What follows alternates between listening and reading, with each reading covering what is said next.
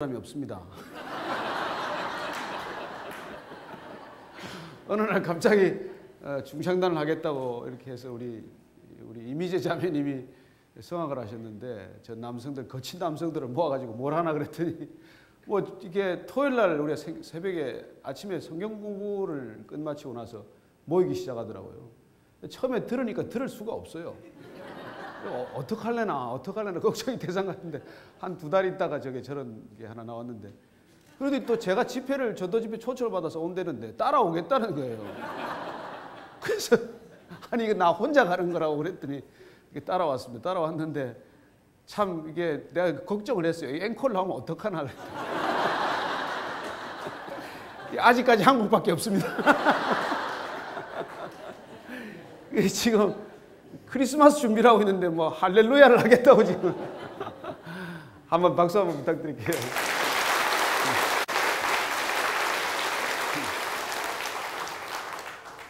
이게 교회입니다. 교회예요.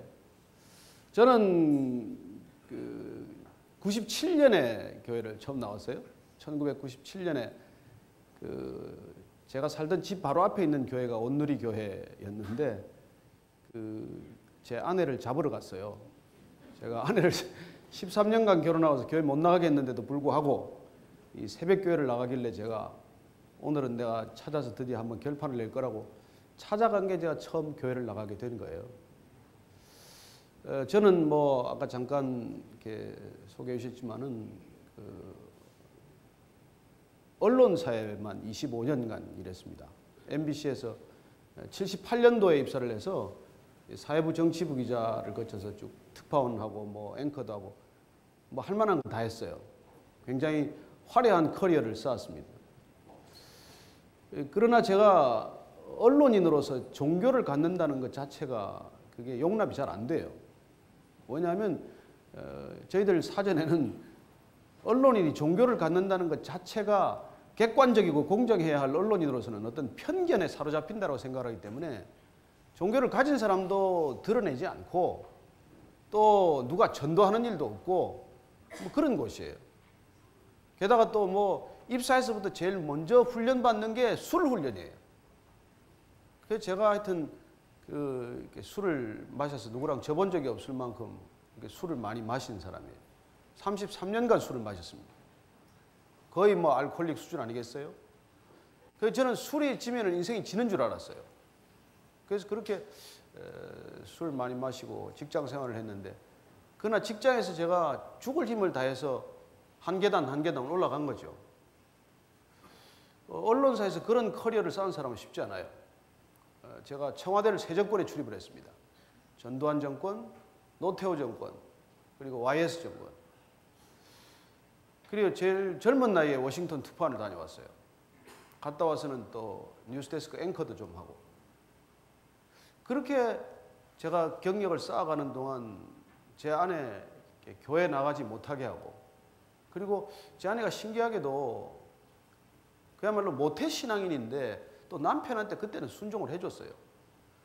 그래서 남편이 그냥 새벽 1시고 2시고 그렇게 많은 이렇게 술 후배들을 데리고 와서 술을 또 마시는데 한 번도 술상을 뭐 거절하거나 그러지 않았어요.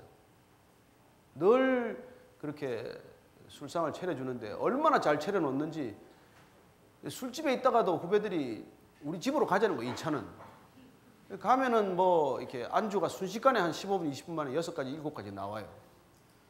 그래서 그렇게 정말 새벽 3시 4시까지 술들을 마시고 안 가고 그러면 또 거기서 쓰러져 자는 사람 아침에 깨워서 해장국까지 끓여서 먹여보내고 그런 생활을 할 정도로 아내가 신앙심이 없었다 그래야죠, 그죠?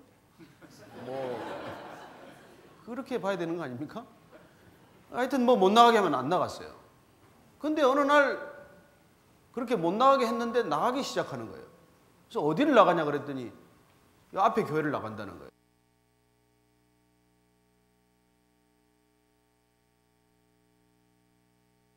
보면은 그 교회 예배 때문에 이게 차가 다닐 수가 없어요.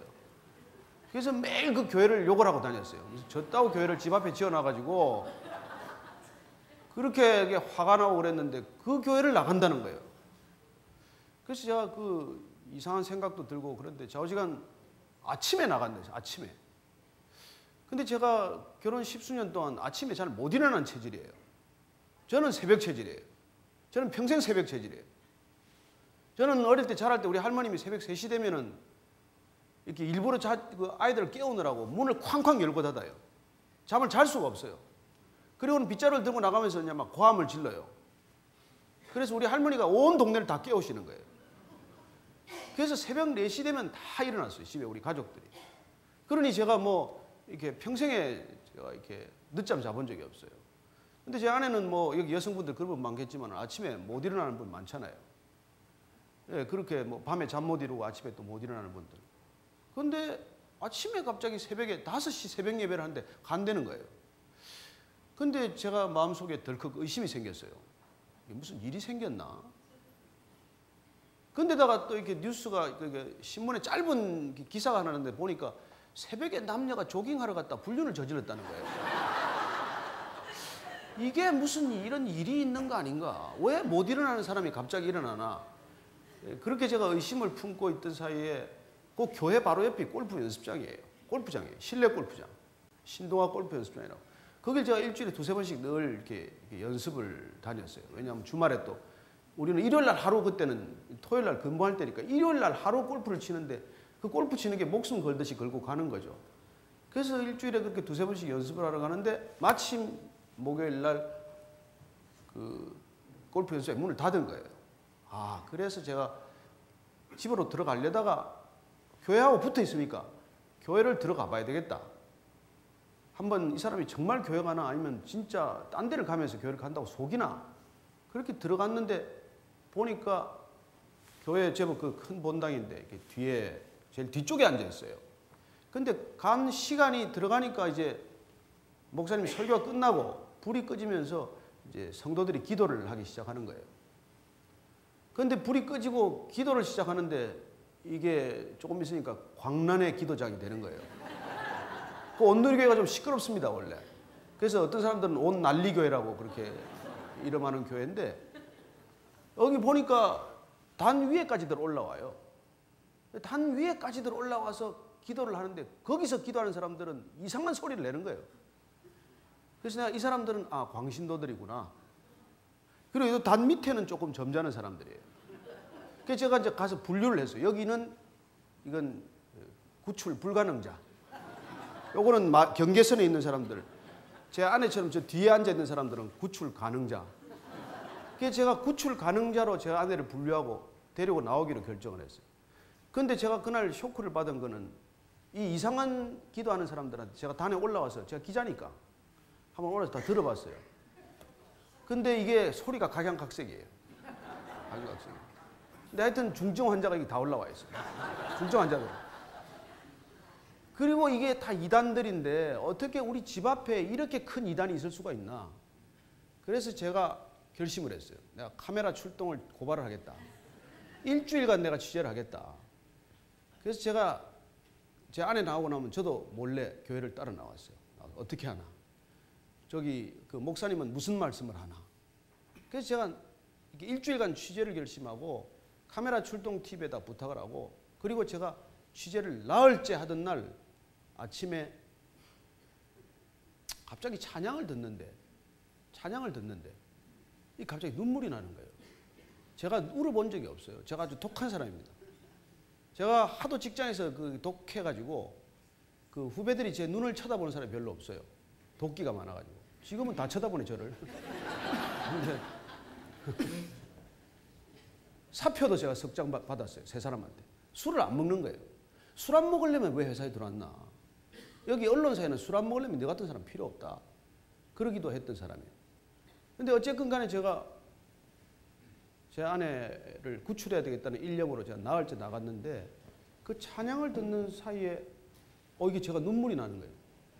이게 무슨 변고냐. 이게 아까 우리 박선희 성도님 이렇게 오면은 지금 이렇게 눈물이 난다 그러잖아요. 설교만 들으면 내 얘기하는 것 같아요. 목사님 어떻게 내 얘기를 알지? 그런 때가 있습니다. 그런 때가 있어요. 근데 제가 이게 눈물이 나는 거를 너무 당황스러워서 이제 그 눈물을 흘리지는 못하고 그냥 얼굴을 만지는 체하면서 눈물을 이렇게 이제 닦는 거죠. 이렇게 닦는데 나중에는 많이 나니까 이걸 감출 수가 없는 거예요. 손수건을 꺼내야 돼. 근데 손수건을 꺼내니까 너무 창피하고 자존심이 상해서 그냥 안경만 보고 계속 이러는 거예요. 눈에 뭐 들어간 것처럼 이렇게 하고 이렇게. 이게 이해가 안 되잖아요. 이해가 안 돼. 제가 울어본 적이 없는데. 여러분 그게 나중에 보니까 큰 사건이더라고요.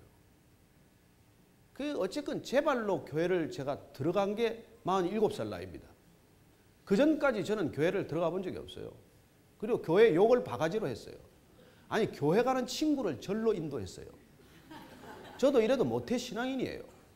불교 모태 신앙인이에요. 제가 마하바냐 바라밀다 심경을 주기도문보다 훨씬 잘 외워요. 아제, 아제, 바라아제, 바라승아제 이게 제가 다 외웁니다. 색적 시공, 공적 시색. 여러분 불교가 괜찮은 종교예요. 그렇게 험악한 종교가 아닙니다. 그러나 종교예요. 제가 오늘 여러분한테 지금 소개하고자 하는 예수님은 종교가 아닙니다. 하나님은 종교가 아니에요. 저는 종교는 불교 정도면 족한 사람이에요. 선불교에 심취하면 그런 대로 득도한 느낌도 오고 해탈한 기분도 오고 여러분 괜찮아요. 그리고 불교 신자들 무식하게 잘 안 삽니다. 크리스찬보다 훨씬 세련되게 살아요. 어떤 사람은.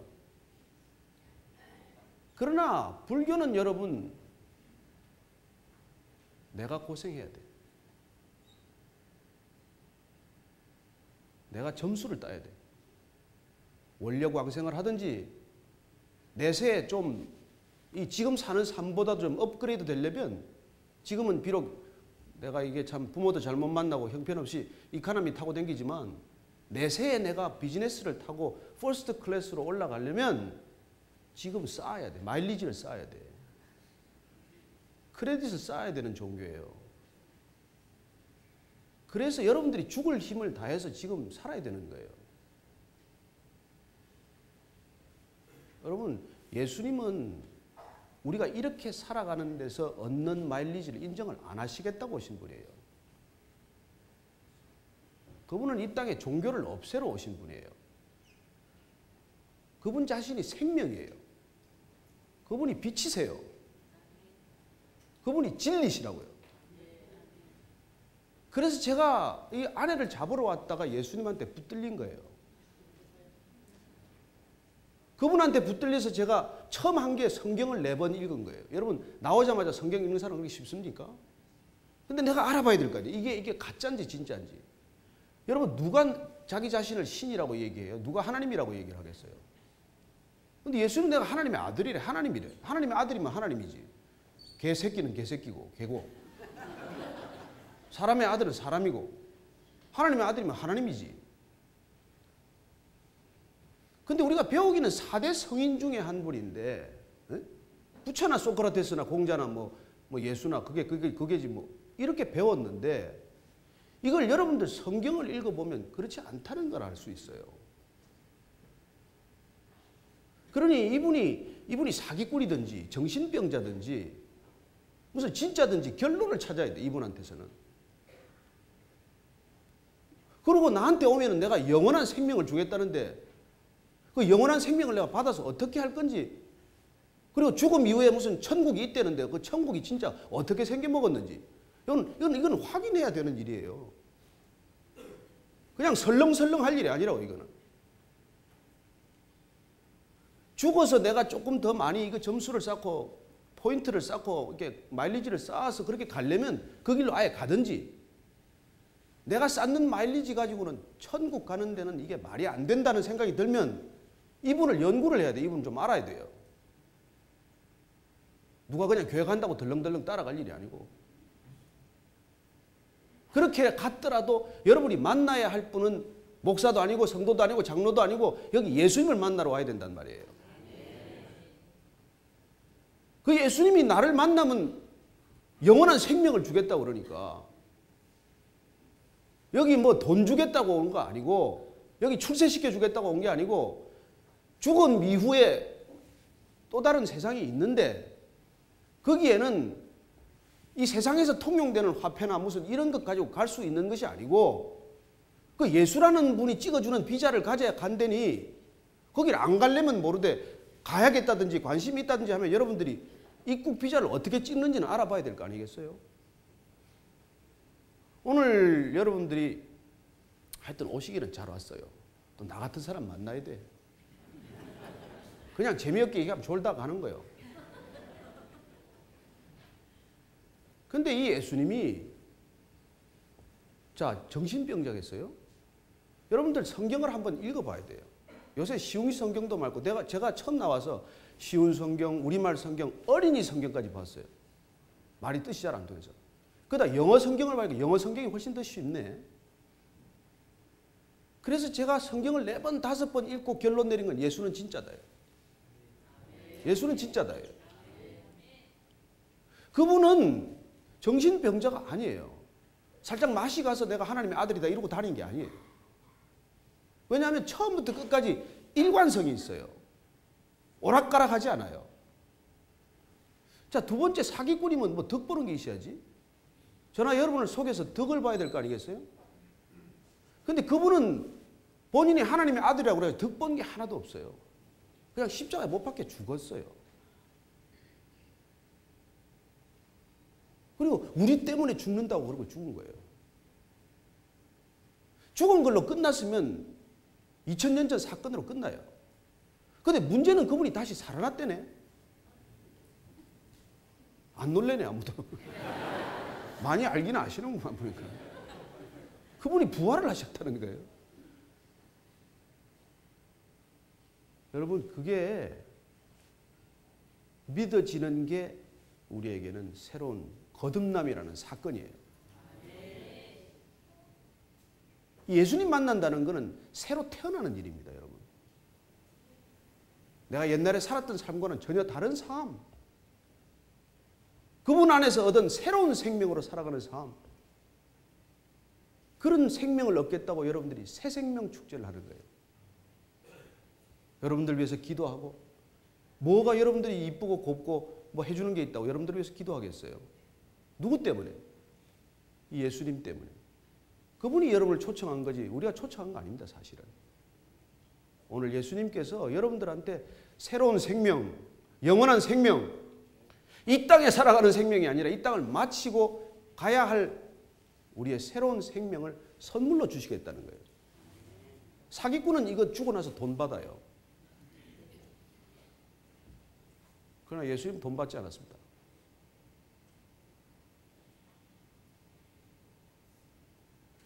그래요. 예수님께서 이 땅에 오셔서 왕이 될 수 있는 분이었어요.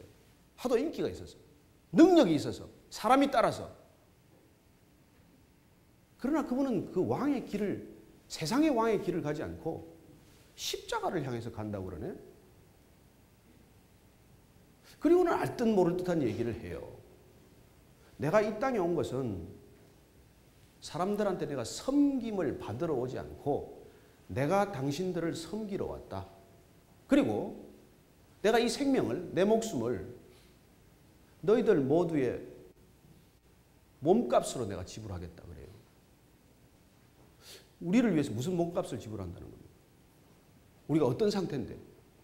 여러분이 아니라 제가 무슨 상태인데 우리를 위해서 몸값을 지불해요?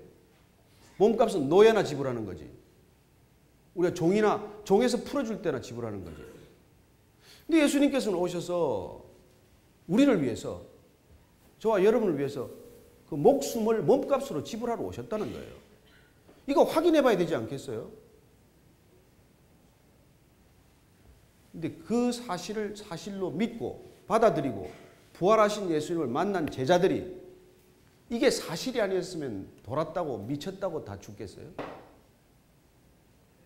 여러분 그 제자들이 다 목숨을 내어놨습니다. 그리고 지난 2000년 동안 예수님을 만난 사람들은 목숨을 걸고 살아요. 이 목숨 내놓는 게 아깝지 않은 사람들입니다. 그분한테 새 생명을 받았기 때문에 이 헌옷 하나 벗는 건 어렵지 않아요. 그래서 여러분들 오늘 이렇게 뭐 옷을 깨끗이 입고 오신 분도 있고 또 반듯하게 뭐 오신 분도 있지만은 그건 뭐 별로도 아니잖아요. 보니까 싼 게 많구만. 이거 갈아입는 거 하나도 아깝지 않습니다. 우리가 그분을 만날 수만 있다면, 그분을 믿을 수만 있다면. 그래서 저는 오늘 여러분들이 제가 만난 예수님을 제가 잠깐 더 얘기 드리겠지만 오늘 그분 꼭 만나고 가시라는 거예요. 제가 제 아내 때문에 교회를 첫발 내딛게 됐지만 그 교회를 들어가는 사건은 어떻게 해서 일어났냐면 제 아내가 1년 전부터 온 사방에다가 기도 부탁을 했어요. 제 남편 좀 저렇게 술 좀 끊고 제발 좀 교회 오도록 기도 좀 해주세요. 그전에는 자존심 세운다고 그런 기도 부탁을 안 했어요. 뭐 남편 잘 나가는데 뭐 무슨 기도 누구한테 기도 부탁을 해요. 저는 여러분 제가 무슨 암이 걸려서 교회 온 것도 아니고 망해서 온 것도 아니고 무슨 뭐 아무것도 제가 잘못된 게 없어요 인생에. 그러나 제 아내가 어느 날 기도하다가 퍼뜩 생각이 들었대요. 저렇게 나를 먹여 살리고 자녀들 먹여 살린다고 밤낮 없이 술을 마시고 저러고 댕기다가 죽으면 지옥 가는데 이 생각이 들었다는 거예요. 저렇게 정신없이 살고 죽을 힘을 다해 사는데 저렇게 우리 가족 벌어 먹여 살리고 저렇게 살다가 죽으면 지옥에 들 것 같는데 저걸 내가 저렇게 내버려 둬서 되나? 그래서 애타게 기도하기 시작을 하고 눈물로 기도하기 시작하고 술 먹고 들어온 사람 양말을 벗기고 양말을 발을 닦아주고 수건을 물에 적셔서 따뜻하게 해가지고 발을 닦으면서 이 발 주님 제발 좀 가지세요. 이 발 좀 주님이 가지세요. 술집 그만 가게 하고 이 발 좀 주님이 원하는 대로 좀 가게 해주세요. 그렇게 기도를 시작하는 거예요. 여러분 기도하셔야 돼요. 그렇게 기도했더니 내가 덜렁 예수님을 믿는 게 아니라 마누라를 잡으러 교회로 들어가는 그 발이 교회로 가는 일이 그렇게 시작이 됐단 말이에요. 제발 이 발이 좀 주님 원하시는 데만 좀 가게 해주세요. 술집 그만 가게 하시고 그리고 그걸 온 동네방네다가 기도해가지고 나만 몰랐지 온 동네에서 내가 다 알았어요. 이제 술고래를 저 위에서 술을 끊도록 기도해야 된다. 그렇게 막 이제 기도를 한 거예요. 1년 동안 그렇게 저는 그게 나중에 보니까 이게 무슨 섬에다가 포화를 쏘아대듯이 십자포화를 쏘는 게 기도라는 게. 계속 포를 쏘아가지고 나는 그로키가 된 줄도 모르고 그냥 완전히 포에 얻어맞아가지고 교회를 기어들어온 거예요, 사실은. 여러분 오늘 여기에 기어들어온 거예요. 걸어왔지만. 사실은 온 1년 동안 여러분 초청하겠다고 그냥 여기서 쏘아대고 저기서 쏘아대고 그러다가 지금 여기에 지금 그냥 끌려듯이 온 거예요. 뭐 밥을 사준다고 온 사람도 있고 뭐 무슨 좋은 일이 있을 것처럼 해가 왔겠지만 여러분 그래도 이렇게 끌려오듯이 끌려와도 이게 주님이 초청한 거라고요. 예수님이 부르셨다는 거예요. 이걸 먼 훗날 알게 돼. 지금 알면 얼마나 좋겠어요. 근데 지금은 몰라요. 그렇게 제 아내가 기도를 해서 제가 교회 첫 발을 디뎌놓게 되고 그리고 제가 그렇게 이왕 온 김에 이왕 왔는데 제가 이 교회를 좀 알아야 될 거 아니겠어요.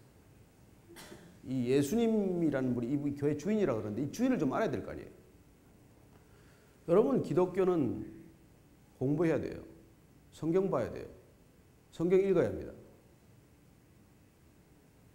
그리고 기도하셔야 돼요. 그래서 여러분들이 이 성경 말씀이 들어오면 그 말씀이 내 안에 들어오면 내 안에 어두운 실체가 드러나기 시작을 해요. 계속 성경을 읽는데 내 안에 내 죄가 보이기 시작을 해요. 내가 얼마나 나쁜 인간인지를 조금씩 알게 되더라고요. 그전에 나는 의로운 사람이에요. 아니 기자가 하는 게 뭐 얼마나 의롭다고 목에 핏줄을 재고 사는지 몰라요. 다 그냥 우리 기자 손에 걸리면 다 그냥 비판하는 거예요. 비난하는 거예요. 기자가 뭐 언론이 정부의 제4부라 그래가지고 얼마나 그게 또 힘이 있는지 몰라요. 그렇게 마구잡이로 비판하고 비난하는 게 습관이 돼서 비난하는 사람들의 특징은 자기가 의롭다고 착각하는 거예요. 남을 비난하면 비난할수록 자기가 의로워진다고 착각을 그렇게 하는 것입니다. 의롭기는 뭐 다 똑같죠. 검기는 더 검지요, 사실은. 그 성경에 보니까 자기 눈에는 들보가 들어있는데 말이지. 남의 눈에 티를 나무란다는 게 그게 비판하는 사람들의 특징이에요. 그렇게 평생 비판을 했는데 나중에 알고 보니까 그렇게 비판한 게 나를 찌른 거였다는 걸 몰랐어요. 여러분, 남을 그냥 비판할 수 없습니다. 남을 비판하면은 내 몸에도 상처가 나요. 비판은 옛날에 도루코라는 면도날이 있어요. 도루코라는 거 면도날이 있어요. 양날 달린 거예요. 다 양날. 남을 욕하고 남을 비난하면서 내가 안 다치는 법 없습니다.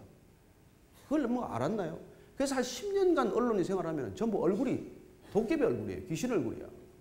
맨날 남을 그렇게 험담을 하고 비난하고 비판을 하니 무슨 얼굴에 무슨 평안이 있겠어요? 얼굴에 기쁨이 있겠어요? 그래서 기자들끼리 모이면 매일 누군가 욕을 해야 돼. 직장에 뭐 선배를 욕을 하든지 사장을 욕을 하든지 대통령을 욕을 하든지 누군가를 욕을 하지 않으면 아무 화제가 없어요. 비판이 습관이 돼 있으니까. 저는 뭐 지금도 제가 이제 목회자가 돼서 이제 그런 관점이 싹 다 바뀌었지만 옛날 같으면 오면은 이것부터 눈에 보여. 왜 앞줄 비워놔 이거? 뭔데 이거 이분들만 앉아 있는 거야 이거? 뒤에 왜 서 있어 이게? 이거부터 들어오는 거예요. 그리고 기사는 내 마음대로 쓰는 거예요. 오늘 집회가 성공적이었다? 그러면 이렇게 똘방똘방 보는 사람 몇 찍으면 돼. 좋습니다. 날 열심히 보내. 딱 찍고. 근데 오늘 집회가 실패했다. 간단해요. 졸고 있는 사람 하나만 딱 찍으면 돼. 나중에 쓰레기 버리고 나간 사람 쓰레기 딱 찍으면 돼. 여러분, 이 세상에 진실은 없습니다. 사람이 만드는 데는 진실이 없어요. 의도를 가지고 진실을 만들어내는 거예요. 근데 제가 예수님을 보니까 진짜 이분만이 진리예요. 이분만이. 우리의 신앙은 사실 위에 기초하고 있어요. 팩트라는 게 없으면 페이스, 신앙은 없습니다. 그걸 우리가 이성적으로 믿는 게 아니라 이성을 통해서 믿지만 이성을 넘어서는 놀라운 믿음의 세계가 열린다는 것입니다. 이성만도 못하거나 상식만도 못하는 그런 사람들이 가끔 있어서 여러분들이 시험도 들지만 마음이 불편할지 몰라도 여러분, 기독교는 이성 위에 쌓아 올려진 신앙이에요. 그런데 어느 날 그걸 뛰어넘는 경험을 하는 거예요. 절대로 기독교는 반이성적이거나 비이성적이지 않습니다. 가장 이성적인 종교예요. 그러나 이성을 뛰어넘는 믿음의 세계가 있다는 것입니다. 그걸 여러분들이 경험하지 않으면 영원한 생명을 이해를 못해. 뭔데 영원한 생명이 뭔데? 죽으면 끝이라고 생각하는 사람들한테 영원한 생명이 어디 있어요? 이 세상이 다지. 그러나 여러분, 우리가 영원한 생명을 누릴 세상의 차원은 이 차원이 아니란 말이에요. 시간과 공간의 차원이 아니에요. 시간과 공간은 우리 여기가 있으면 여러분들 다른 곳에 있을 수 없어요. 지금 오늘 이 시간 여러분들이 여기 있으면 어제나 미래는 같이 있는 것이 아니에요. 그러나 우리가 이 차원, 시간과 공간의 차원을 넘어서는 영원한 생명의 세계는 이 모든 것들이 안에 녹아들어 있는 이 세상을 뛰어넘는 또 하나의 세상이 있다는 거예요. 여러분, 예를 들어 볼까요? 우리는 3차원에 살아요. 여러분, 1차원은 2차원 속에 포함되어 있어요. 점이나 선은 면 속에 포함이 되어 있다고요. 무한한 점, 무한한 선이 면 하나에 다 포함이 되어 있습니다. 그 무한한 면이 확장될 때 그걸 우리는 공간이라고 말해요. 그런데 그 공간은 우리가 상상할 수 없는 수많은 무수한 면이 쌓여서 일어나는 거예요. 그러면 그 공간 안에는 우리가 셀 수 없는 평면들이 쌓여 있는 것입니다. 그러면 우리가 말하는 이 공간이나 입체라고 하는 것 속에는 1차원과 2차원이 전부 내포되어 그 안에 다 녹아 들어있는 것입니다. 우리는 지금 시간과 공간 세상에 살아요. 그러나 이 세상을 우리가 떠나서 다음 가야 할 세상 가운데는 시간과 공간을 넘어서는 세계란 말이에요. 거기는 과거도 없고 현재도 없고 미래도 없는 시간 하나가 통전적으로 묶여져 있는 곳이란 말이에요. 여러분, 그게 영원이라는 거예요. 영원. 우리가 죽으면 그런 세계로 간다는 거예요. 그래서 갈 준비를 해야 된다는 거예요. 여기 뭐 여러분들이 영원히 살면 그런 생각할 필요 없죠. 그런데 여러분이나 저나 여기서 살다가 얼마 살지 않아서 떠난다는 거 아니에요. 떠난다는 거. 떠난다는 게 문제죠. 어디로 가는데? 어디로 떠나는데? 모르면 일생이 방황이에요. 알아야 여행이죠. 모르면 일평생 잘 먹고 잘 살아도 그건 방랑자란 말이에요. 어디를 가는지 모르니까 내가 짚고 뭐 내가 쌓은 대로 간다. 내 카르마 업대로 간다. 그래서 뭐 나는 내 내세는 뭐 개나 소로 안 태어나고 조금 더 나은 사람으로 태어나겠지. 여러분 그런 생각은 정말 다른 차원의 생각이에요. 성경을 읽으면은 그 신비가 다 풀려지기 시작해요. 우리는 개나 소나 돼지나 짐승이 아니에요. 우리는 하나님께서 우리에게 영혼을 불어넣어서 살아있는 생명, 그런 영적 존재가 되게 하신 거예요. 여러분 그래서 예수 믿는다는 게 무슨 뭐 교회 다닌다는 이 차원이 아니에요. 예수 믿는다는 것은 여러분들 우리의 영이, 죽었던 영이 살아나는 것을 말하고 귀신의 영으로 덮여 살면서 사는 줄도 모르는 사람들이 하나님의 영으로 거듭나는 거예요. 이걸 여러분들이 경험하는 그런 소중한 자리에 지금 초청을 받은 거예요. 우리가 귀신 씌어 사는 걸 압니까? 귀신에 씌어 사는 사람들은 절대로 자기가 귀신 씌었다고 인정하지 않아요. 그러나 알고 보면 하는 짓이 귀신 같은 짓만 해. 귀신같이 귀신들은 다 알아봐요. 자기들끼리 다 알아봐. 그래서 여러분 이게 예수 믿는다는 게 어떤 일인지를 여러분들이 알면 안 믿고 사는 게 그게 기적이요. 그렇게 살겠다고 결정하는 게. 저도 제가 뭐 이런 얘기한 게 몇 년 되지도 않고 맨날 술독에 빠져 살던 사람이라서 미안하긴 해요.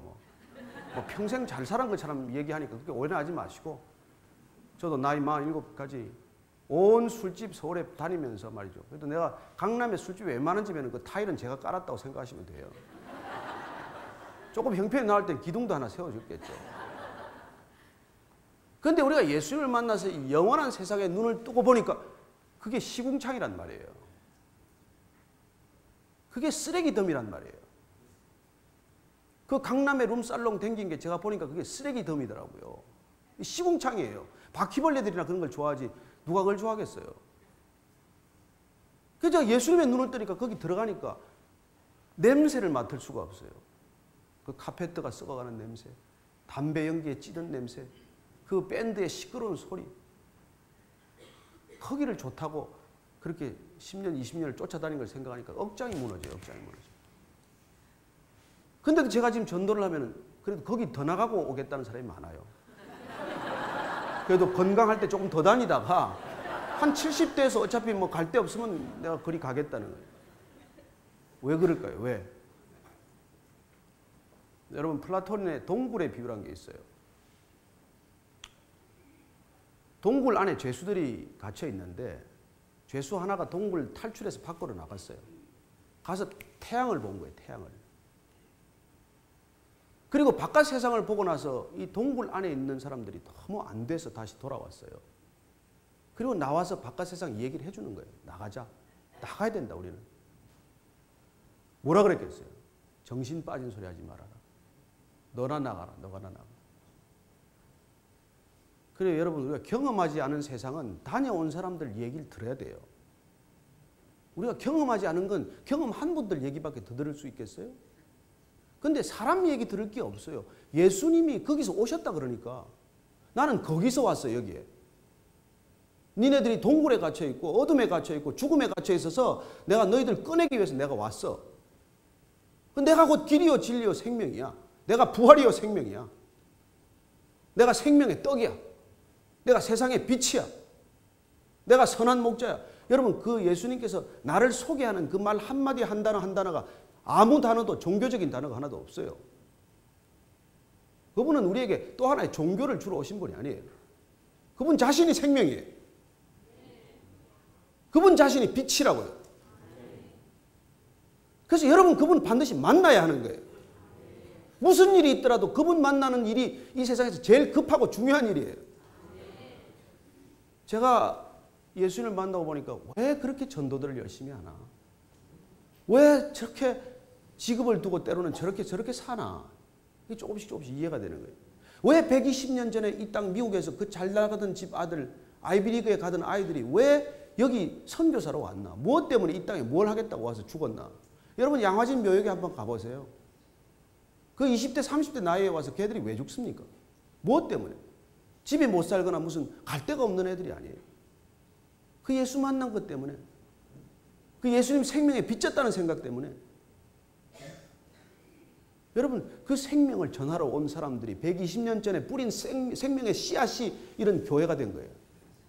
우리 같은 사람이 까닭도 없이 영문도 모르고 이렇게 크리스찬이 된 거예요. 그래서 여러분들이 또 이렇게 이 자리에 모인 거예요.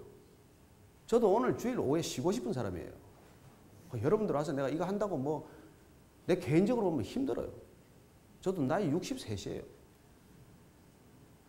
그러나 내가 주님한테 빚졌으니까. 그리고 그분의 사랑이 얼마나 큰지는 내가 조금 얘기를 해야 되니까. 저는 부모한테도 버림받은 사람이에요. 뭐 우리 아버지한테. 누가 우리를 사랑해요, 여러분? 뭐 아내가 우리를 사랑해요? 여러분 실업자 한번 돼보세요. 뭐. 당장 삼식이지 뭐. 제가 신학 공부한다니까 우리 아들 둘이가 걱정인 태산 같아요. 아버지 왜요? 우리는 어떻게 해? 임마 니네들은 네가 알아서 살아 이제. 그래요. 아버지를 사랑하는 게 아니라 아버지가 학비를 못 대주면 어떻게 하나. 이게 자식들 걱정이더라고요. 아니 내가 그 자녀를 사랑하지 않는다는 게 아니고 그래도 제가 사랑해요. 그리고 학비 다 됐어요. 제가 못 본 채 하지 않아요. 그러나 우리가 가족끼리 사랑한다는 것도 그런 수준의 사랑이라는 거예요. 없으면 못 살 것 같이 얘기하고 금방 죽으면 뭐 어떻게 될 것 같이 하죠. 안 그래요. 여러분이 만나야 할 사람은 이제 이 세상에서 단 한 분 만나는 일이 남았어요. 그분 오늘 만나고 돌아가셔야 합니다. 제가 그분을 만나고 나서 그래서 제가 이제 저는 그러니까 정말 성경을 통해서 만났어요. 그분을 통해서. 물론 제가 나중에 그 눈물을 흘린 사건이 그냥 사건이 아니라 성령님이 내게 오셨구나. 다른 영적 존재가 나를 사로잡았구나. 이걸 나중에 알게 됐어요. 그리고 그런 분이 나한테 오지 않으면 성경을 그렇게 읽어낼 수가 없어요. 성경은 여러분 보면 졸리는 책입니다. 수면제를 왜 먹어요? 졸리면 성경책 펴보세요. 반드시 10분 안에 잡니다. 뭐하러 수면제를 먹어? 성경 보면 되는데. 그러나 여러분 영적인 존재가 바뀌면 이게 눈에 들어오기 시작해요. 보고 싶어요. 읽고 싶어요. 궁금해요. 설교 말씀이 궁금하고 교회 가고 싶고 믿음의 사람들이 좋고 안 믿는 사람들이 점점 싫어지고. 왜냐하면 잉태가 됐으니까. 여러분 임신하면 입덧을 해요. 그런 영적 존재가 우리한테 우리가 모르는 사이에 세상에 대해서 입덧을 하기 시작한다고요. 제가 입만 열면 거짓말하고 살았습니다. 제가 입만 열면 욕을 했어요. 저는 정상적인 단어 없이 지금도 3분간 욕을 할 수 있습니다. 근데 욕이 안 나와요. 욕이 안 나와요. 여러분 태아가 우리 몸에 들어오면 내가 원하는 것이 아니라 태아가 원하는 걸 먹기 시작해요. 그렇잖아요? 여러분 오늘 좀 죄송한 표현 임신하고 가야 돼. 임신하고 가야 돼. 세상에 다른 것을 경험할 것입니다. 세상에 대해서 입덧할 것입니다. 우리의 입맛이 얼마나 나쁜 입맛인지, 얼마나 더러운 것에 익숙해졌는지, 얼마나 MSG에 길들여졌는지 이걸 깨달으셔야 돼요. 그래서 제가 정말 1년 반을 울고 다니는데 이로 말할 수 없어요. 그냥 길을 가도 눈물이 나고 그냥 뭐 교회 들어오기만 하면 눈물이 나고 설교를 들으면 다 내 얘기 같고 테이프를 들으면 그 테이프를 이게 들어야 끝이 나는데 중간에 길이 막히면 더 좋아. 도로가 꽉 막히면 이걸 다 듣고 갈 거니까. 골프장에 가서는 티업을 해야 되는데 티업 시간을 놓쳤어요. 이거 듣다가 어떤 때는 눈이 퉁퉁 부어가지고 티업을 하러 나갈 수가 없어요. 그래서 2월, 3월을 내가 미루고 쫓아갔어요. 골프장에 가긴 가야 되고. 그리고 그 전에 맨날 술 먹고 들어가지고 차를 파킹하는데 그 테이프 듣는다고 안에 앉아있는데 수희가 또 와서 이 사람 취했나 그러고 계속 문을 두드리는 거예요. 나오라고. 이거 이제 눈이 부어서 나갈 수도 없는 상황인데. 그렇게 여러분 말씀이 이렇게. 그래서 여러분들 이 기독교는 말씀의 신앙이에요. 내 경험, 내 생각이 기준이고 잣대가 아니에요. 여러분 저는 그래도 뭐 박사과정까지는 제가 못했지만 석사학위를 2개나 하고 공부를 대학원에서 10년이나 했어요. 정치학, 정치사상사, 국제정치학. 제가 공부를 26년 했습니다. 공부하면 뭐해요? 마누라 마음 하나를 못 움직이고 아들 둘 그 마음 하나를 제가 뭐 얻지 못하면 무슨 소용이 있냐고요. 그렇게 속을 썩이고 하던 이 다 가족 관계인데 제가 예수 딱 믿으니까 예수님만 바라보고 있으니까 모든 게 하나씩 척척척척 풀려서 문제가 사라지는 것을 경험했어요. 지금 제 두 아들이 제가 제대로 지금 변변히 뭐 크게 도와주지도 못하는데 이 자랑 같아서 죄송합니다. 뭐 자랑할 만도 하지 뭐. 아버지를 사랑하고 존경한대요. 그럼 저는 인생 성공입니다. 내가 그렇게 젊은 날 꿈꾸었던 국회의원을 가고 청와대를 가고 해서가 아니라 여러분 아내가 저한테 믿을 수 있는 남편이라고 말해주고 제 아들이 저를 사랑하고 존경한다고 말하면 내가 뭘 더 바라겠어요? 이 세상에 무슨 더 큰 성공이 있어요? 무슨 성공을 여러분 바라세요? 여러분 우리가 예수 믿는다고 당장 돈 생기는 거 아니에요. 예수 믿는다고 당장 암이 낫는 거 아니에요. 암이 나으려면 예수 안 믿어도 나아요. 그게 아니고 여러분들이 가장 중요한 것에 대한 인생의 모든 우선순위가 바로 잡히기만 하면 내 인생엔 내게 없구나. 내 생명도 나한테 시작이 된 게 아니구나. 이 생명은 버릴 것이고 더 중요한 생명이 있구나. 이런 것 하나만 알기 시작하면 여러분 모든 인생의 우선순위가 제대로 바로 잡히는 것을 여러분들이 경험할 것입니다. 이게 신앙의 길이에요. 종교는 사람 눈치 여전히 보는 일이에요. 체면 따지고 가서 또 뭐 헌금은 얼마 해야 되나 10,000원, 1,000원짜리로 오늘 넣지. 그러고 사는 거예요 평생. 기쁨도 없고. 여러분 예수 만난다는 게 그래 시시한 것 같으면 제가 오지도 않았고 여러분한테 이렇게 소개할 분도 아니에요. 그러나 여러분들 인생을 송두리째 혁명적으로 바꿔 놓을 뿐이라면 그분한테는 조심해야 돼요. 그렇게 바뀔 준비를 하고 가든지 아니면 필요 없다. 나는 그냥 지금대로 살지 뭐. 그러든지.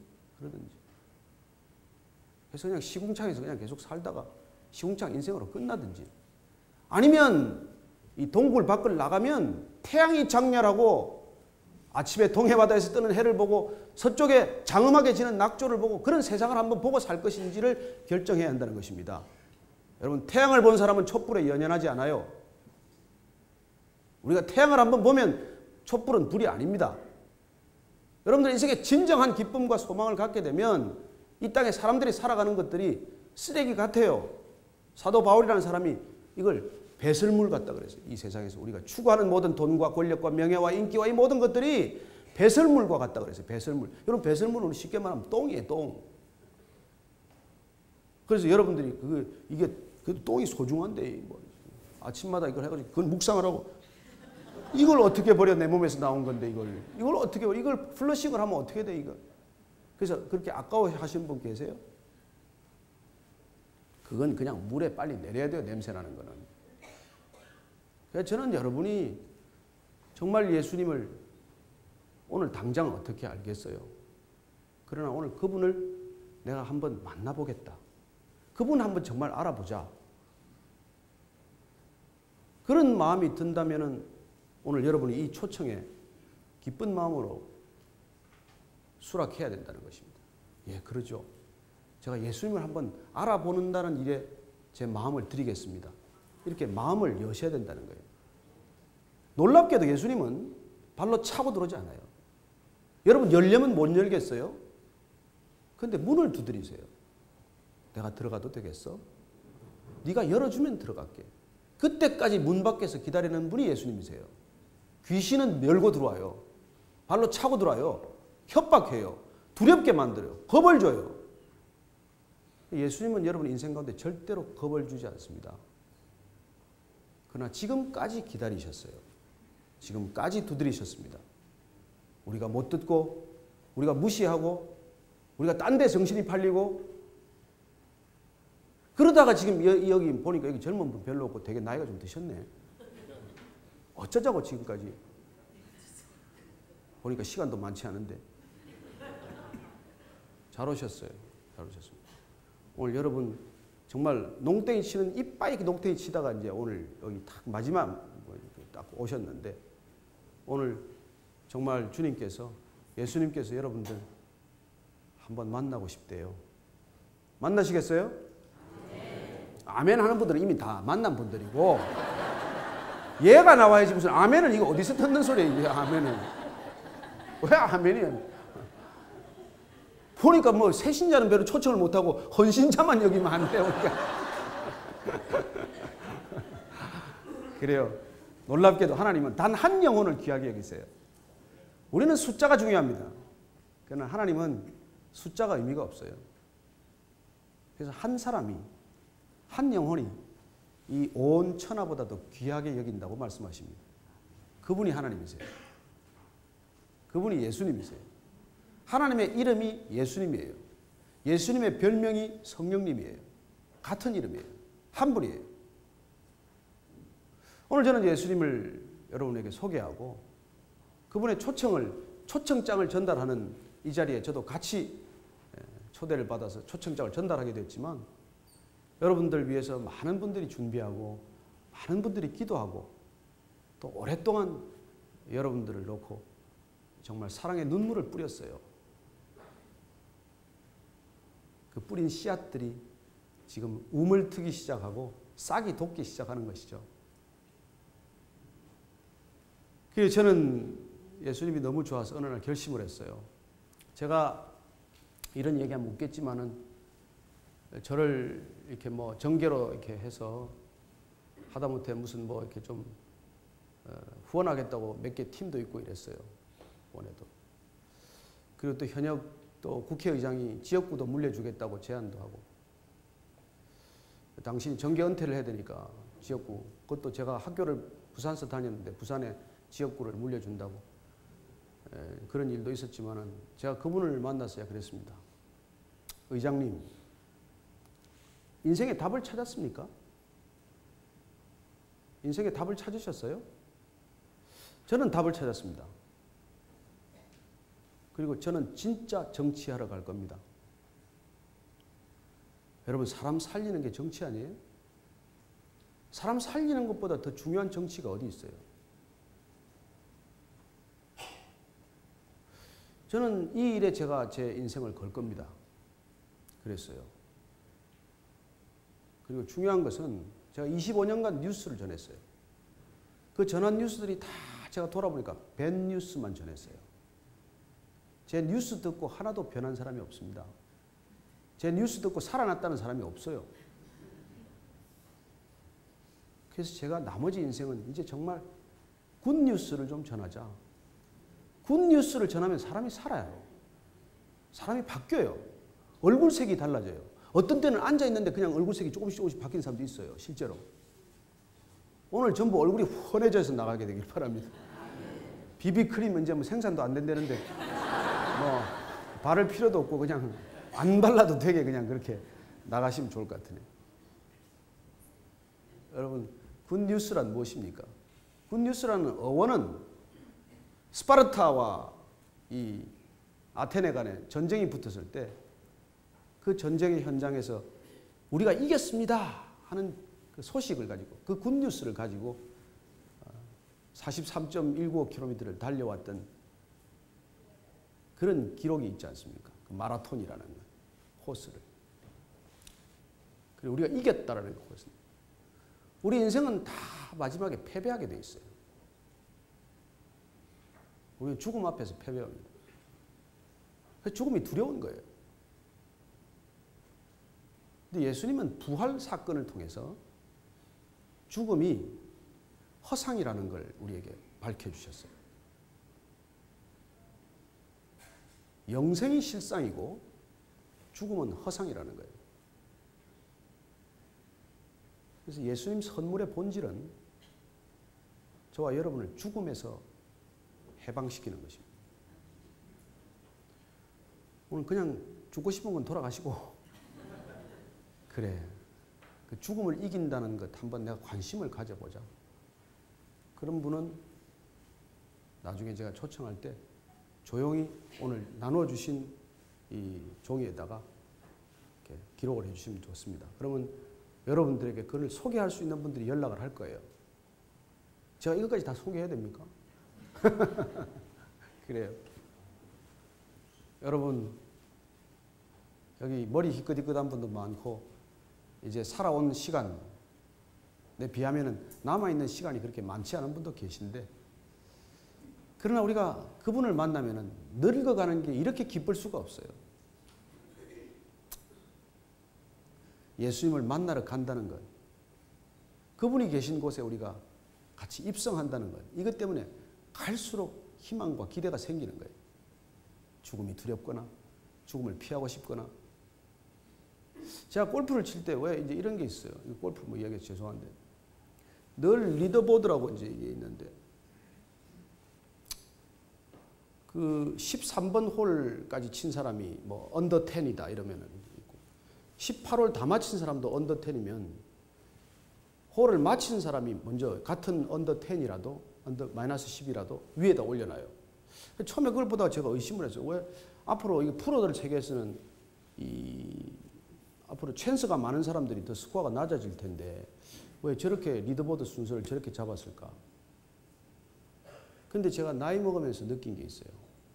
아, 살아낸다는 게 이게 더 중요한 일이구나. 저는 젊음이 하나도 부럽지 않아요. 더 젊어지고 싶은 생각도 없어요. 우리는 나이 들어가는 것을 즐길 줄 알아야 돼요. 기뻐할 줄 알아야 돼요. 우리가 가야 할 곳이 점점 가깝기 때문에 졸업해야 할 시간도 얼마 남지 않았고 우리가 가야 할 곳이 점점 가까워지기 때문에 기뻐할 수 있는 삶, 그런 삶을 오늘부터 시작해보자는 것입니다. 그래서 아침에 눈을 뜨면 하루 더 가까이 가 있고 우리가 1년 지나고 나면 더 가까이 가 있고 거기 가서 우리가 만나야 할 사람도 많고 우리가 또 함께 가야 할 사람들도 있고 이런 삶으로 한번 여러분들을 초청하고 싶다는 것이죠. 오늘 여러분에게 성경 말씀을 이렇게 한 절 나누고 마칠 터인데 마태복음 오늘 집에 가셔서 11장 28절이라는 성경 요절을 한번 찾아보십시오. 보면은 그냥 수고하고 무거운 짐진 자들아 다 내게로 오라. 내가 너희를 쉬게 하리라. 그런 말씀이 있어요. 우리가 여기까지 많이 살아오셨지만은 여기 인생이 쉽다고 생각한 분이 누가 있겠습니까? 다 힘들었죠. 어려웠죠. 그만두고 싶었던 때가 왜 없겠습니까? 우리가 여기까지 왔지만 자살하고 싶은 충동에 한 번씩 시달리지 않은 사람이 누가 있겠어요?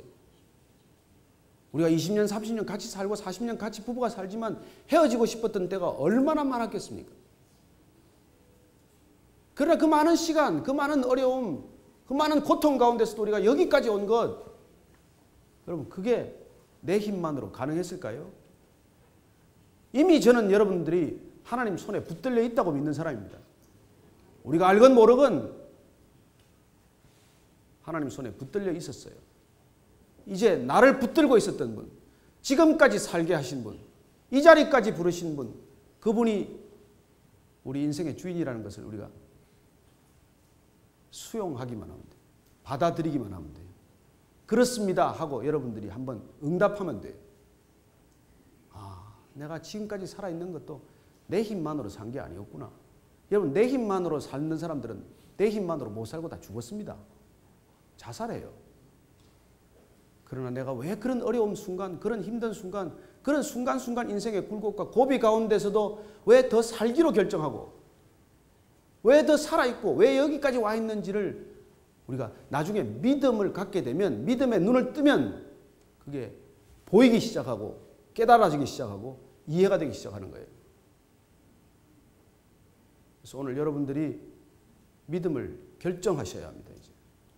아, 그분이 지금까지 나를 붙드신 분도 그분이고 내가 앞으로 함께 가야 할 분도 그분이고 그리고 내가 영원한 시간으로 같이 들어가야 할 분도 그분과 함께라는 것을 인정하는 것이죠. 그래서 저는 오늘 이 얘기를 끝으로 여러분에게 마지막 초대장을 전달하고자 합니다. 그리고 오늘 집에 가셔서 제가 말씀드린 마태복음 11장 28절 말씀을 한번 꼭 더 읽어보시고, 이번에 초청장을 오늘 받고 집에 왔더니, 그리고 한번 읽어보니 이제 내 인생의 짐을, 무거운 짐을 다 내려놓으라는 것이구나. 거기에 여러분들이 다시 반응하셔야 합니다. 저는 제가 예수님 믿기 전에 책임이 많아요. 지금도 마찬가지입니다. 평생 편모 설화에 자라면서 어머님 모시고, 지금도 제가 어머님 생계를 제가 책임져야 하고, 또 젊은 날은 동생도 책임져야 하고, 저는 평생에 아무도 저를 도와준 사람이 없어요. 내 하나 안 벌면 나는 누구도 나를 도와줄 사람도 없고 나를 책임질 사람도 없고 그렇게 사는 사람이에요. 근데 제가 이 주님께서 부르시더니 너 짐을 내려놓으라는 거예요. 그 짐을 다 내려놓으라는 거예요. 아니 그러면 나를 먹여 살릴 겁니까? 책임을 져주실 겁니까? 근데 그 초청을 받아들이고 제가 올해로 17년째인데 책임을 져주셨습니다. 그래서 한 걸음 한 걸음 믿음 안에서 제가 인생의 행로를 바꾸었어요. 제가 2003년도에 IMBC CEO를 사임했습니다. 2001년도에 IMBC CEO로 발령 날 때 그것도 기적적으로 발령이 났어요. 부국장급에서는 자회사 사장이 안 되는데 발령이 났어요. 회사는 적자 회사였어요. 제가 경영을 해본 적도 없는데 그 CEO를 발령이 나서 제가 기도를 했습니다. 하나님, 나 경영도 해본 적이 없는데 이거 어쩌자고 적자나는 회사를 제게 맡깁니까? 근데 제가 이게 흑자가 나는 날 제가 좀 신학을 하고 싶습니다. 제 마음에 신학 공부를 하고 싶다는 마음이 있는데 하나님께서 이 부족한 사람 회사를 흑자로 만들어주면 제가 신학교 좀 가려고 그럽니다. 2년 만에 그 회사가 흑자로 돌아섰어요. 원래 그 바닥에 이렇게 전문가에게 맡겨놨어요. IBM의 수석 부회장 하던 분을 참 고액의 연봉을 들여서 이렇게 회사를 맡겼는데 그 회사가 2년 만에 자본 잠식을 하고 다 말아먹은 거예요. 그러니까 거들난 회사를 제가 맡아가지고 2년 만에 흑자를 만들고 1년 있다가 상장하기로 결정이 됐어요. 그래서 이제 정말 이 2년 만에 그렇게 흑자로 반전되는 바람에 제가 하나님과 약속을 지키기 위해서 야간 신학회를 하겠다고 이제 여기 근처죠. 여기 뭐 방배동 국제신학대학원에 가서 제가 이제 그걸 가지고 왔어요. 그래서 보니까 거기 담임 목사 추천서가 있어요. 그래서 이제 할 수 없이 그 다음날 가서 제가 우리 담임 목사님 지금 소천하셨습니다만 하영재 목사님한테 제가 이 추천서를 내밀었어요. 그랬더니 우리 목사님이 빙그레 웃으면서 여러분 조심하셔야 됩니다. 목사가 기도하면 조심해야 돼요. 아니 빙그레 웃으면서 나는 우리 조정민 집사가 언제 신학하나 5년간 기도했다는 거예요. 그럼 뭐 때문에 그런 기도를 하셔가지고. 여러분 내가 신학을 하고 싶다는 생각도 내 생각인 것 같죠? 누군가 기도에 씨앗을 뿌린 거예요. 그러더니 빙그레 웃더니 아이 뭐 국내에서 할 게 뭐 있어. 워싱턴 특파원도 갔다 왔는데 미국서 하십시오. 교회에서 뭐 두란노에서 해외여행 경비를 좀 만들어 드릴 테니까 가서 신학대학교 이렇게 뭐 한 6, 7군데 총장을 인터뷰를 해가지고 그걸 한번 해보라는 거예요. 그래서 제가 가기 전에 그 신학대학을 다 돌았어요. 총장 인터뷰를 했어요. 마지막에 간 데가 고든 코넬이에요. 그날 총장이 없고 부총장, 지금 바이올라 총장하는 베리 코리라는 분을 만났는데 그분이 인터뷰를 하고 나더니 그 자리에서 입학 허가서 어드미션을 내줬어요. 그래서 그냥 그 대학을 가기로 한 거예요. 근데 문제는 제 아내가 죽어도 안 가겠다는 거예요. 내가 당신 뭐 장로대라고 했지 내가 뭐 언제 뭐 신학하고 가족이 원수예요. 아니 발을 놓고 기도했다면서. 아니 교회 하라고 기도했지 신학교 가라고 기도한 적이 없다는 거예요. 그건 여러분 기도할 때 구체적으로 잘 하셔야 됩니다. 이 발을 주님이 마음껏 쓰라 그랬잖아요. 주님이 원하는 데만 가도록 해달라 그랬잖아요. 그날 이후에 제가 이 발이 제가 원하는 곳에는 한 번도 못 갔습니다. 제 꿈이 빨리 저기 정년퇴직하고 스탁 옵션 받아가지고 전 세계 100대 골프장을 돌아다니는 게 제 꿈이었어요. 버킷리스트예요. 근데 웬걸 그날 이후로 골프는 다 끊어지고 이발이 맨날 이런 뭐 집회나 댕기고 지금 이러고 있는 중이에요, 지금. 어디 가지를 못해요, 이발이. 예? 여러분, 기도 잘 하셔야 됩니다. 문제는 제 아내가 자기는 음성을 못 들었대요. 혼자 가라는 거예요. 여러분, 제가 그래서 모태 신앙인이 얼마나 악한지를 제가 봤어요. 진짜 질기고 악해요. 제가 예수님을 만나고 보니까 제 아내가 예수님을 잘 몰라요. 별명은 세미나 홍인데 뭐 교회만 부지런히 다녔지 예수님을 깊이 만난 흔적이 없다는 게 문제예요. 오늘 뭐 안 따라왔으니까 제가 마음대로 얘기해도 뭐 괜찮아요. 이거 뭐 녹화해서 또 이게 뭐 돌아다니면 저는 큰일 납니다. 우리 부부 관계가. CD 절대 만들지 마시고 이거 CD를 만들면은 강사료가 5배 올라갈 거예요. 그런데 놀랍게도 제가 제 아내하고 같이 가서 신학교 4년간을 공부하는 동안에 제 아내가 예수님을 만났어요. 그래서 우리 부부가 물론 저희들이 85년에 결혼했지만 한 몸이 되었지만 한 믿음을 가졌지만 한 영혼이 되기는 그때였어요. 그때 저는 부부가 하나 된다는 것이 얼마나 큰 축복이고 아름다움이고 그게 말할 수 없는 기쁨인지를 알게 되었어요. 여러분, 제가 깨달은 게 있습니다. 사랑하는 사람 예수님 소개하는 것보다 더 중요한 일이 없고 내가 사랑하는 사람이 예수님을 만날 수 있도록 돕는 것보다 더 가치 있는 일은 없고 내가 사랑하는 내 가족이 예수님을 깊이 만나는 것을 도와주는 것보다도 더 사랑하는 방법이 없다는 것입니다. 그래서 여러분들을 부른 거예요. 사람을 더 사랑하는 방법이 있으면 그 방법을 하죠. 그러나 누군가를 우리가 사랑한다면 이 방법 이외에는 없다는 것입니다. 제 인생의 경험이고 제가 여기까지 오게 된 이유입니다. 저는 여러분들에게 절규하듯이 오늘 예수님을 소개했어요. 얼마나 제가 제 이 짧은 시간에 새치혀로 뭘 소개를 하겠어요. 그러나 여러분들이 성경을 가서 한번 읽어보시기 시작을 하면 기도하고 읽으셔야 됩니다. 그냥 소설책 보듯이 보면 안 돼요. 내가 당신 만나고 싶습니다. 내가 예수님 알고 싶습니다. 예수님 저 만나 주십시오. 안 만나면 죽을 것 같아요. 그런 기도 한마디라도 여러분이 드리고 읽기 시작하면 이상하게 눈이 뜨지고 성경이 읽히기 시작하고 졸음이 싹 사라지고 그리고 손에 놓을 수가 없어요. 저는 그렇게 여러분들이 예수님을 깊이 알아가고 또 이미 예수님을 만난 지 오래되시는 분들 식을 대로 식고 아무 기쁨도 없고 그냥 교회 왔다 갔다 하고 그런 분들도 다시 한번 주님한테 첫사랑과 같은 첫 신앙, 첫 믿음, 그 첫 열정을 회복할 수 있게 되기를 축원합니다. 아멘은 다 확실히 하시네. 아주 좋은 교회네 보니까 이게. 예. 아멘이 이렇게 큰 데는 아주 쉽지 않습니다. 그래요. 자, 오늘 그러면은 제가 이제 마지막 순서로 여러분들한테 할 텐데 고개를 같이 숙여 주시고 요새 뭐 일어나라 이런 것도 촌스러운 시대예요. 뭐 그냥 다 앉으셔도 좋습니다. 앉으시지만 그러나 여러분들 진심을 다해서 내 가슴에 손을 얹고 옆에 사람 눈치 볼 것도 없고 나를 초청한 사람 의식할 것도 없습니다. 그냥 내 앞에 하나님이 계시다.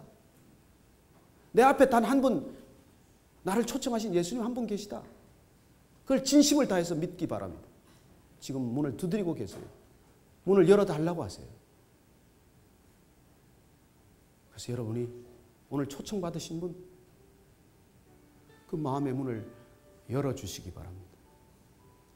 마음의 문을 여시고 네, 예수님 오래 기다리셨는데 들어오십시오. 제 안에 들어오십시오. 제가 초청을 받아드리겠습니다. 그렇게 예수님이 내 안에 들어오셨습니다. 그 예수님께 제가 몇 마디 고백을 드리고 싶습니다. 제가 지금부터 하는 짧은 기도는 그냥 옆에 사람 쑥스럽지 않도록 같이 다 이렇게 기도를 드려주셔도 좋을 것 같아요. 하나님 아버지, 제가 죄인입니다. 예수님을 받아들입니다. 십자가의 피로 제 죄를 씻어 주십시오.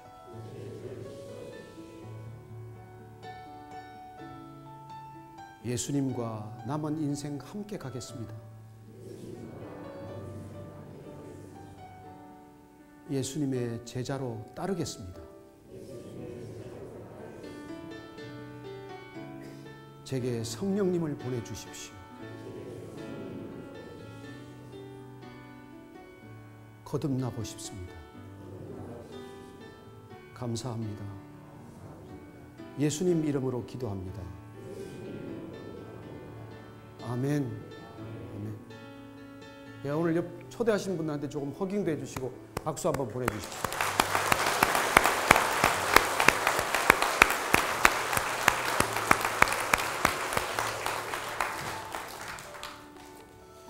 그리고 종이 이렇게 오늘 들어오실 때 받으신 종이 있으면은 받으셔서 잠깐 볼펜이나 옆에 있는 분 받으셔서 이름과 전화번호만 남겨주시면은 오늘 여러분을 초청한 분이건 또 교회에 계신 분이건 여러분들의 궁금한 것에 질문하시는데 답변해드리기 위해서 또 여러분들이 이제 주일에 예배에 출석하셔서 우선 하나님의 말씀을 들을 수 있는 신앙의 첫 출발을 도와드릴 것입니다. 꺼내셔서 그냥 이름과 전화번호, 그다음에 이메일 간단히 연락을 주시면은 적으셔서 복도 쪽으로 넘겨주시면 복도에 지나가는 섬기는 분들이 안 적어도 전화번호 안 적어도 내기만 하면 된대요. 그럼 그렇게 가르쳐 주시죠. 왜 이미 이걸 다 여러분들 적으셨다고 그러니까 요거 다 옆에 계신 분한테 전해주세요. 그럼 요거 패스하셔서 패스하시면은 자 이거 다 수거해 주시죠. 수거해 주시고.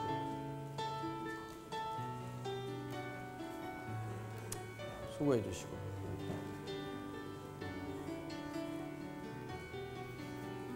수고 다 하셨습니까? 그러면 오늘 우리 차종률 목사님께서 담임 목사님께서 나오셔서 오늘 새롭게 탄생한 여러분들 한번 축복하시고 또 여러분들과 함께 아름다운 신앙의 여정을 떠나는 그런 아름다운 기도를 여러분들에게 함께 드리고 싶습니다. 같이 목사님 나오셔서 목사님 나오실 때 한번 박수 보내주시죠.